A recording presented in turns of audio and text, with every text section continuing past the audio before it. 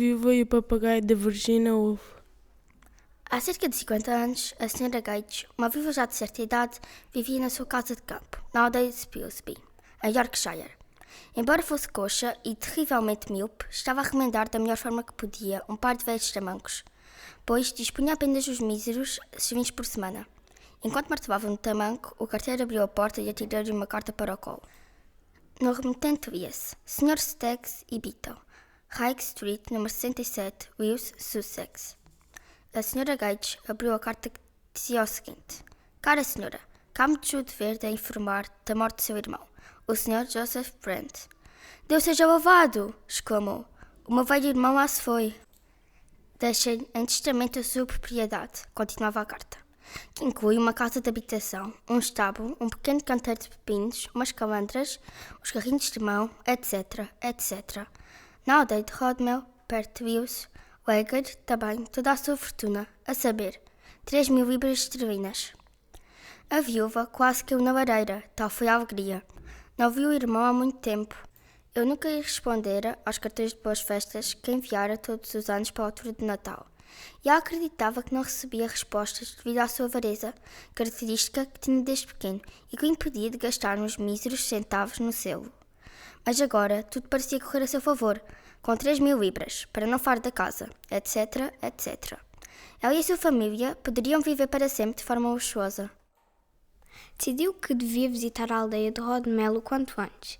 O padre da aldeia, o reverendo Samuel Talboys, emprestou-lhe algum dinheiro para o bilhete e, no dia seguinte, estavam finalizados todos os preparativos para a sua viagem.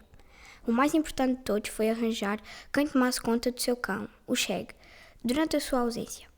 Apesar de pobre, sempre se preocupara com os animais e, muitas vezes, preferia privar-se dela do que deixar o cão sem comer.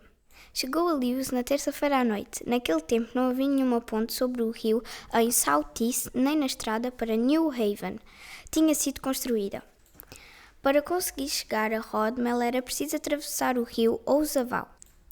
Ainda se podem encontrar vestígios destes locais de água rasa em algumas partes do rio, mas apenas na maré baixa, quando as pedras que estão assentes no leito ficam visíveis à tona da água.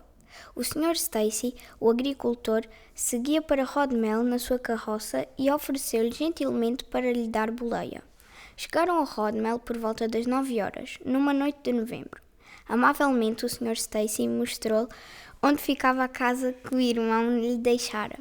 Bateu à porta. Ninguém atendeu. Voltou a bater. Do outro lado, uma voz muito estranha e esganiçada bradou: Não está ninguém em casa! A Sra. Gates assustou-se de tal forma que, se não tivesse ouvido os passos de alguém a aproximar-se, teria fugido a 7 pés. No entanto, uma velha senhora na aldeia abriu a porta. Era a Sra. Ford. Quem foi que gritou lá dentro? Não está ninguém em casa, perguntou a viúva. Maldito pássaro, exclamou a Sra. Ford, apontando para o papagaio grande e cinzento. Às vezes quase me cai o terço das mãos. Fica para ali todo o dia empoleirado como uma estátua a gritar: não está ninguém em casa, de cada vez que alguém se aproxima do poleiro. A Sra. Gates constatou que era realmente um pássaro muito bonito, mas as penas, infelizmente, estavam maltratadas. Talvez esteja triste ou apenas com fome, concluiu. Mas a Sra. Ford apressou-se a explicar que tudo não passava de um mau feitio. Tinha pertencido a um marinheiro e aprendera a falar no leste. Contudo, acrescentou que o Sr. Joseph gostava muito dele e lhe pusera o nome de James. Dizia-se que conversava com o papagaio como se ele fosse um ser racional. Depois desta curta conversa, a aldeã foi-se embora e assim que se viu sozinha, a viúva retirou de uma caixinha que trazia consigo um bocado de açúcar para oferecer ao papagaio, sussurrando-lhe num tom de voz meigo que não lhe ia fazer mal, que era a irmã do seu velho dono, que tinha herdado a propriedade e que tudo faria para que ele fosse um pássaro feliz. Com a ajuda de uma lanterna, percorreu a casa para ver o que o irmão lhe deixara. Decepcionou-se amargamente. Havia buracos em todos os tapetes, os assentos das cadeiras tinham caído ao chão, ratos corriam pela lareira, por entre os buracos do chão da cozinha começavam a aparecer cogumelos. Não havia uma peça de mobília que valesse um tostão. A Sra. Gates só se conseguia animar ao lembrar-se das 3.000 libras que permaneciam são e salvas no banco de Lewes.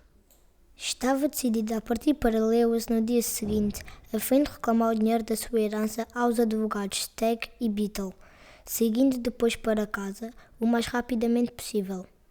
O Sr. Stacy, que se dirigia para o mercado com os belos porcos Berkshire, ofereceu-se novamente para lhe dar boleia e durante a viagem contou-lhe histórias terríveis sobre uns jovens que se tinham afogado ao tentar atravessar o rio com a maré alta.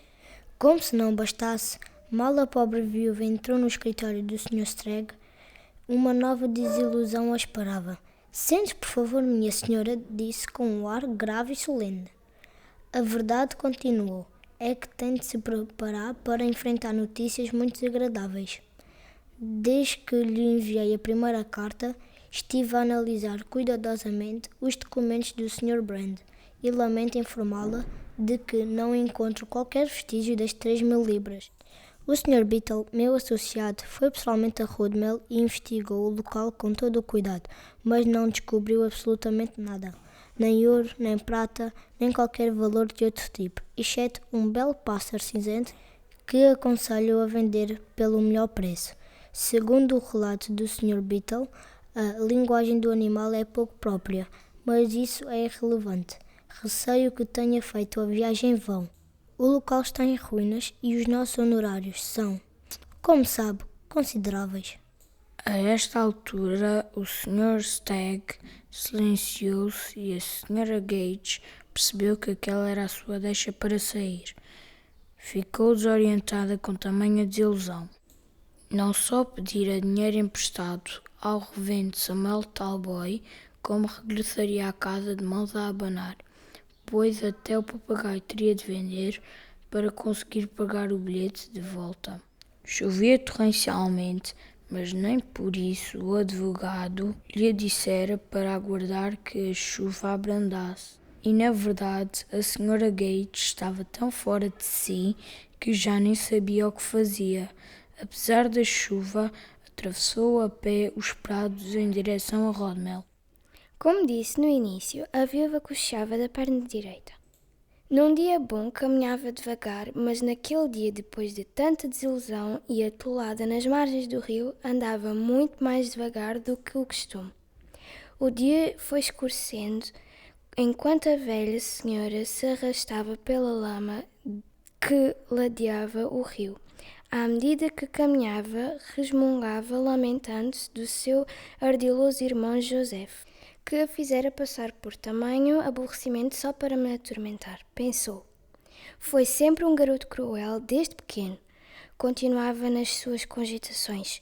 Gostava de arreliar os pobres dos insetos e lembro-me de uma vez ter tentado cortar o pelo a uma lagarta peluda com uma tesoura, mesmo diante dos meus olhos. Era um parasita miserável, o meu irmão. Costumava esconder a mesada dentro de uma árvore oca e, se alguém lhe oferecesse uma fatia de bolo com cobertura ao lanche, retirava a cobertura e guardava para comer ao jantar. Não duvido que esteja a arder no inferno neste momento, mas que consolo é que isso me traz? Na verdade, não lhe trouxe consolo nenhum, pois, absorta nos seus pensamentos, acabou por ir de encontro a uma vaca que seguia ao longo da margem, rebolando depois na lama. Levantou-se da melhor forma que pôde e seguiu o caminho. Parecia-lhe que já estava a caminhar há horas.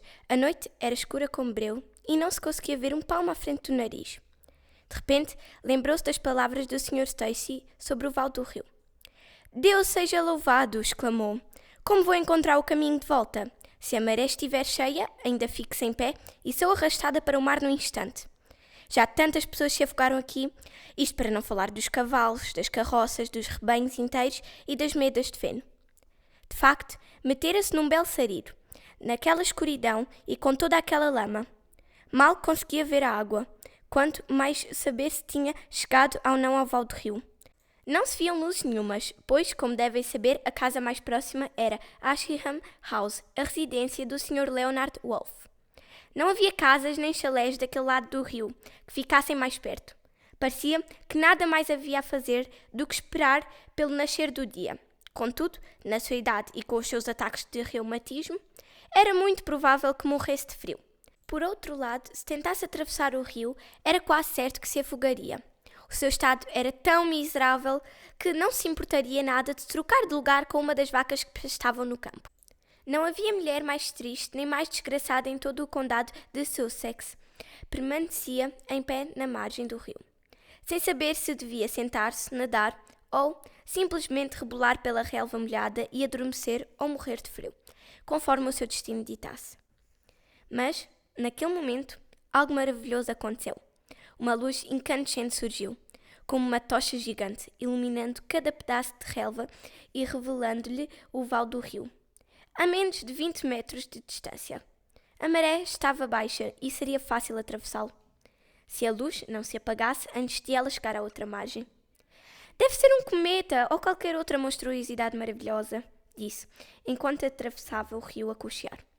Já conseguia ver com clareza as luzes da aldeia de Rodmell ao fundo. Deus nos abençoe e nos salve, exclamou. Está uma casa a arder, graças a Deus. Uma casa levaria pelo menos uns bons minutos a arder, o que lhe daria tempo suficiente para conseguir chegar a Rodmell. Está um vento maldito que não traz nada de bom a ninguém, disse, enquanto cocheava ao longo da estrada romana. Conseguia ver o caminho com facilidade e estava quase a chegar à aldeia quando lhe ocorreu. Se calhar é a minha casa que está a arder diante dos meus olhos, e estava certa. Venha ver a casa do velho Joseph Brand em chamas, gritou um miúdo em pijama, saltando para a sua frente rompante. Todos os habitantes da aldeia estavam reunidos à volta da casa, passando baldes de mão em mão, com água retirada do poço da cozinha da Monk's House. Tentavam apagar as chamas à baldada, mas o fogo era tão intenso que fez o telhado ruir, precisamente quando a senhora Gage se aproximou. Alguém conseguiu salvar o papagaio? Perguntou aflita. Dê graças a Deus por não estar a senhora lá dentro, respondeu o reverendo James Roxford, o pároco da aldeia. Não se preocupe com os animais irracionais. Não tenho dúvidas de que o papagaio sufocou misericordiosamente no seu poleiro, mas a senhora Gage estava decidida a verificar com os seus próprios olhos. Os habitantes da aldeia tiveram de segurá-la, dizendo que deveria ser louca para querer arriscar a vida por um pássaro. Pobre mulher, exclamou a senhora Ford. Perdeu tudo o que tinha, exceto uma velha caixa de madeira com os seus objetos de higiene e uma camisa de noite. Qualquer um de nós ficaria desvocado no seu lugar. E, posto isto, a senhora Ford voa para casa, oferecendo-lhe guarida. O incêndio foi, entretanto, extinto e toda a gente voltou para casa. Mas a pobre senhora Gage não conseguiu dormir. Deu voltas e mais voltas na cama, a pensar na sua desgraça e em como conseguiria voltar para Yorkshire e pagar ao reverendo Samuel Talboys o dinheiro que lhe devia. Para além disso, sentia-se ainda mais triste ao pensar no destino do pobre papagaio James. Afeiçoara-se ao pássaro e acreditava que o animal deveria ter um grande coração para lamentar tão profundamente a morte do velho Joseph Brand, que nunca fora carinhoso com ninguém durante toda a vida. Que morte terrível para um pássaro indefeso, pensou. Se tivesse chegado a tempo, teria arriscado a sua vida para salvar a dele. Estava deitada na cama, embrenhada nestes pensamentos, quando uma ligeira pancada no vidro da janela a sarapantou. A pancada repetiu-se 3 vezes. Saiu da cama da forma mais célere que pôde e dirigiu-se à janela. Quando a chegou, para seu espanto, estava um enorme papagaio no parapeito. A chuva parara, dando lugar a uma bela noite de luar. A princípio assustou-se, mas logo reconheceu James, o papagaio cinzento, e ficou extasiada por ver que ele conseguira escapar ao fogo. Abriu a janela, acariciou-lhe várias vezes a cabeça e disse para entrar. O papagaio respondeu-lhe, abanando delicadamente a cabeça de um lado para o outro. Em seguida voou até ao chão, afastou-se alguns passos, olhou para trás como que a verificar que ela o seguia e voltou ao parapeito da janela, onde a viúva permanecia boquiaberta. Os atos de um animal têm mais significado do que as pessoas julgam. pensou. Muito bem, James. Disse em voz alta, conversando com o pássaro como se ele fosse um ser humano. Vou acreditar em ti. Espera só um minuto enquanto me ponho decente para sair. E, dizendo isto, atou um avental largo à cintura. Desceu sorrateiramente as escadas e conseguiu sair de casa, sem acordar a Sra. Ford. James estava visivelmente satisfeito. Pulava energeticamente alguns metros à sua frente, em direção à casa incendiada. A mulher seguiu tão depressa quanto podia. O pássaro saltitava como se soubesse de cor o caminho pelas traseiras da casa, onde ficava a cozinha. Nada restava dela, a não ser o chão de tijolo, ainda encharcado da água que lhe tinham atirado para tentar apagar o fogo. A Sra. Gates permanecia pasmada enquanto James saltava de um lado para o outro, bicando aqui e ali, como se estivesse a testar a rigidez dos tijolos com o bico. Tudo lhe parecia muito estranho e, não fosse a viúva estar habituada a lidar com animais, teria com certeza perdido a paciência e, muito provavelmente, cocheando de volta para casa. Mas coisas estranhas estavam ainda por acontecer. Durante todo aquele tempo, o papagaio não proferira uma palavra. De repente, entrou num estado de grande euforia, agitando as asas, batendo repetidamente no chão com o bico e exclamando: "Não está ninguém em casa! Não está ninguém em casa!" com uma voz tão alta e esganiçada que a mulher temeu que a aldeia inteira acordasse. "Não batas com tanta força, James, ainda te magoas", disse carinhosamente, mas o pássaro repetia os ataques aos tijolos, de forma cada vez mais forte. O que poderá querer dizer isto? Questionava-se enquanto olhava para o chão da cozinha. À luz do luar, podia ver-se uma ligeira irregularidade na colocação dos tijolos, como se tivessem sido retirados e colocados novamente no sítio, sem ficarem devidamente alinhados com os restantes. O alfinete de ama que usara para prender o avental serviu para ajudar a escavar o espaço entre os tijolos, que se moviam com facilidade. Conseguiu rapidamente retirar um deles e o papagaio saltou para o tijolo seguinte, bicando-o inteligentemente e repetindo: "Não está ninguém em casa." A Sra. Gates percebeu que deveria retirá-lo também. Continuaram nesta labuta até criarem um buraco de cerca de 2 metros por 1. O papagaio parecia achar o espaço suficientemente grande. Mas para quê? A dada altura, a velha viúva decidiu descansar um pouco e deixar-se guiar totalmente pelo comportamento do papagaio James. Mas não pôde descansar muito tempo. Depois de remexer o chão arenoso durante alguns minutos, como uma galinha a esgaravatar a areia, o papagaio encontrou que, a princípio, parecia ser uma pedra redonda e amarelada. Ficou tão entusiasmado com a descoberta que a Sra. Gates decidiu ajudá-lo. Para seu espanto, percebeu que o buraco que tinham escavado estava cheio daquelas pedras redondas e amareladas, tão bem alinhadas que era difícil conseguir movê-las. Mas o que seriam? E por que razão estariam escondidas debaixo do chão da cozinha? Só depois de retirarem a primeira camada de pedras e um pedaço de alveado que estava por baixo delas, é que conseguiram ter a visão mais extraordinária de sempre. Ali estavam, fila após fila, maravilhosamente polidas e reluzindo à luz da lua. Milhares de moedas de ouro. Então era este o esconderijo do avarento, que se assegurara que ninguém o descobriria, tomando 2 notáveis precauções. Em primeiro lugar, como se provou mais tarde, mandara construir um fogão mesmo em cima do local, onde o seu tesouro estava escondido, de forma a que, se não fosse um incêndio, ninguém teria conhecimento da sua existência. Em segundo lugar, revestira a primeira fileira de moedas de ouro, com uma substância pegajosa, cobrindo-a depois com terra, para que, se por algum acaso ficasse exposta, fosse imediatamente confundida com uma pedra vulgar. Assim sendo, a artimanha do velho Joseph só foi descoberta devido à extraordinária coincidência do incêndio e à astúcia de James. A senhora Gates e o papagaio tratavam agora de remover o esconderijo todo o tesouro, que continha nem mais nem menos do que 3.000 moedas, colocando no avental que a viúva estendera no chão. Assim que assentaram a última moeda no topo da pilha, o papagaio voou triunfante e pousou suavemente na cabeça da velha senhora.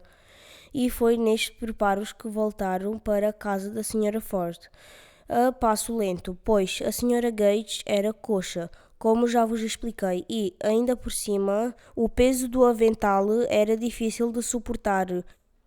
No entanto, conseguiu chegar ao quarto sem ninguém se aperceber da sua visita à casa incendiada. No dia seguinte, voltou para Yorkshire. O Sr. Stacy levou-o novamente até Lewes, mas desta vez surpreendeu-se com o peso que a caixa de madeira tinha agora. Como normalmente se meter na vida dos outros, concluiu que os generais emitentes de Rodmell deveriam ter oferecido algumas bugigangas à pobre senhora para reconfortarem, pela terrível perda de todos os seus bens no incêndio. Por pura bondade, o Sr. Stacy ofereceu para lhe comprar o papagaio por meia coroa. Mas a Sra. Gates recusou a oferta com tal indignação, respondendo que não venderia o pássaro por toda a riqueza das Índias, que o pobre homem depreendeu que a senhora não estaria tanto do seu perfeito juízo, depois de tudo que lhe acontecera.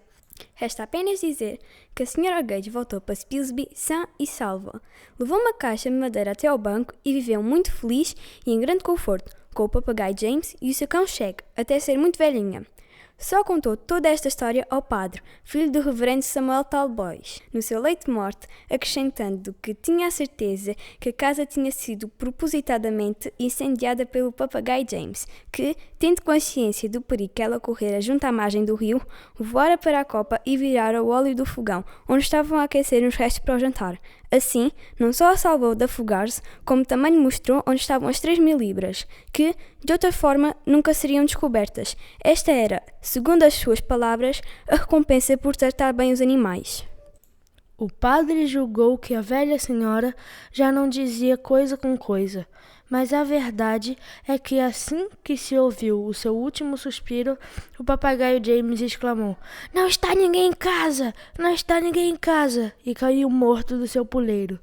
O cão Shag morrera uns anos antes.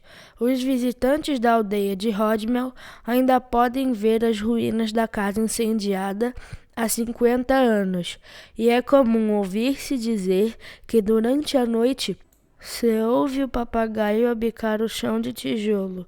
Há também quem afirme ter visto uma velha senhora com um avental branco junto às ruínas da casa.